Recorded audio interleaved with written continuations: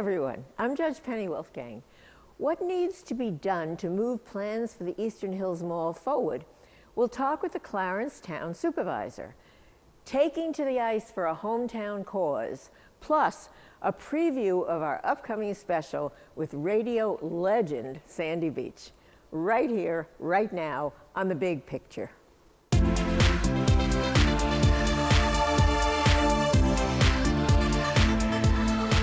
Hello, everyone, and welcome to the program. We continue our conversations with hometown leaders making a difference in our community. This time, we take you to Clarence. This town and affluent suburb is located in the northeastern part of Erie County. Clarence was the first town to be established in Erie County in 1808 and was named in honor of Prince William, Duke of Clarence in the 1800s, who later became king. One of the first settlers was Asa Ransom, a former colonial officer in the American Revolution. Perhaps some of you have heard of the famous Asa Ransom House. Clarence had a strong German population and was credited with the introduction of the carousel here in the United States. Now Clarence boasts of a population of 33,000 plus and growing, with development everywhere you look in the town and the Hollow, with events taking place all year long. To talk about everything happening in Clarence, we welcome Town Supervisor Patrick Casilio to the program, who is also a prominent developer in his own community in his own right. Welcome, Patrick. Thank you so much for joining us today. How long have you been Town Supervisor? I don't know. I've been Town Supervisor for at least 2 terms, so 8 years I've been Town Supervisor. I was a councilman before that. That's right. You have a long history with the area now. We mentioned in the introduction that the population is over 33,000 in Clarence and growing. And in fact, a census report recently showed a 7% increase between 2010 and 2020. How are you dealing with this influx as far as housing goes and the other services that you have to provide in Clarence for these people? A lot of people want to move to Clarence. A lot of young people want to move to Clarence because of the school system. Our system always rates very high in Western New York, always 1 or 2 position. The town has a lot to offer with its park systems and the convenience of everything that we offer on Transit Road also. We are coming at the end of development for the town. We're running out of sewer capacity for residential homes. So that part of development in the town will be slowing down drastically next year. Oh, really? Yes. Well, what can you do? All right, well, slowing down, but let's talk about growing instead, where here we are sitting at the Eastern Hills Mall. That's the next phase. That's the next phase.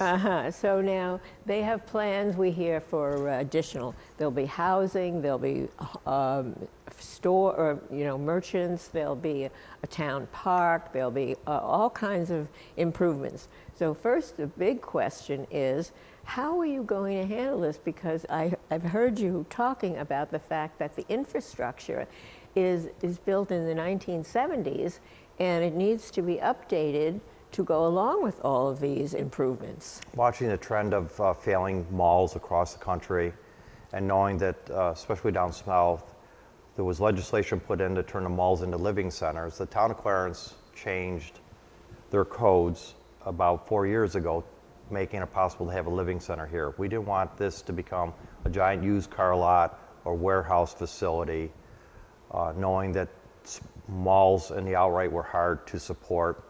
So we changed the zoning to allow a living center here, and the present mall owners are heading in that direction with the development that could add 3,500 people living on this site is the ultimate goal. And a lot of other improvements, a town park, and I mean, it sounds amazing. Yeah, we talk about a living center, meaning that it self-sustains itself. Yes, you'll have green space here, you'll have entertainment here, you'll have professional services on the 110 acres that exist here, and your business, or you might be working for somebody, there's office buildings planned for this site also. All right, but you said you changed the zoning, but what about all of the other underlying improvements that have to go along with these plans? Yeah, this location is the most valuable piece of property in the town of Clarence. It's at Main and Transit. It has strong utilities as far as the power, as the water, but it doesn't have the sewer capacity to support additional 3,500 people living here. It's like having a village in the town of Clarence. Most villages are in the 2,000 to 8,000 population, and in almost an instant, in 5 years, you could have 3,500 people living here that would develop 1.5 million gallons of waste every day. So the developers of this project, through a grant through Erie County, are looking at running a new sewer line to the sewer treatment plant in Amherst to allow the expansion of this property. And then in preparation, you gave notice to, just recently, which is actually one of the reasons we're talking about this today, because, or not today, but in the future as well, you gave notice that some of the people are going to have to, next year, give up their leases and move businesses. How did they react? What kind of feedback have you gotten? What's going to happen? Yeah, the mall owners, not the town of Clarence, gave notice that, Right. That they're going to terminate their leases. But it's got to be made clear that the town of Clarence is not going to allow the buildings to be demolished without having a plan. And the owners of the mall realize that also. There has to be a plan on how they're moving forward. We haven't received that yet. So I know that they're giving notices, and that could be just a mark in time. I could imagine that they've given notices for January 1st, but they might extend the leases that are going on here, because they have to have, as part of the development, they have to have a first phase in, which may include demolition, but there has to be progress on the project also. They cannot tear the buildings down and leave an empty parking lot. Whether it's paved, stoned, or grass area, they have to offer a plan on what the future is. And they have not done that yet. Well, that's good to hear. I mean, you know, for us. Yes. And also, there are other proposals. We were looking through the town meetings and what the proposals are, and there are other businesses proposed to improve in Clarence, like one of our favorites, This Little Pig, for example. Amazing. And yeah, we shout out to them, and Resurgence Brewery, and so some of the others. What's happening with those projects? They were doing well on the Transit Road, and they moved into the Clarence Hollow, where we have other unique restaurants, and they're jam-packed with business now. The amazing part is how busy they are moving deeper into Clarence, which is a good thing for them and the town of Clarence. I mean, our ultimate goal in the Clarence Hollow is become like East Aurora. I think that's everybody's town's goal, to be like East Aurora, and we're heading in that direction. All right, now I'm going to tell you something. When John and I were talking about what to ask you or talk about, he gave me some notes, and he said Clarence Hollow it's Yes. called. I have to tell you, I don't know what that is, where it is, or anything. Am I just, well, haven't lived out here that long, but it's supposed to be. See how Amherst people are? They don't go on the other side of Transit Road. You stop right at Transit Road. Actually, I'm a Buffalo person Okay. in heart. But what's Clarence? How is it? People, shops, antique stores are supposedly very prominent there, and so forth. What's Clarence Hollow? The Clarence Hollow is actually a dip in Main Street where you go down a hill. It's a hamlet of Clarence. We have 5 hamlets, and one of them is the Clarence Hollow area. Antiques are not as prevalent anymore because of the internet, but we do have several restaurants down there for businesses that's drawing the public to it. Okay, now I know. Thank you so much. And I hope some of our viewers are watching and said they didn't know either, okay? Yeah, Let for me know sure. if I'm not the only one. For And sure. you're, as I said, a prominent developer yourself, so. You're too kind with those words. And actually, John told me to say that, but Okay, no. thank you. Tell me about what projects, what are you working on? Well, I'm not that familiar with the projects because I'm with the town of Clarence now, not with the company, but we have some big national clients that we work for on a regular basis. So what makes Clarence so desirable? Why is it growing, and how is it that people want to come here?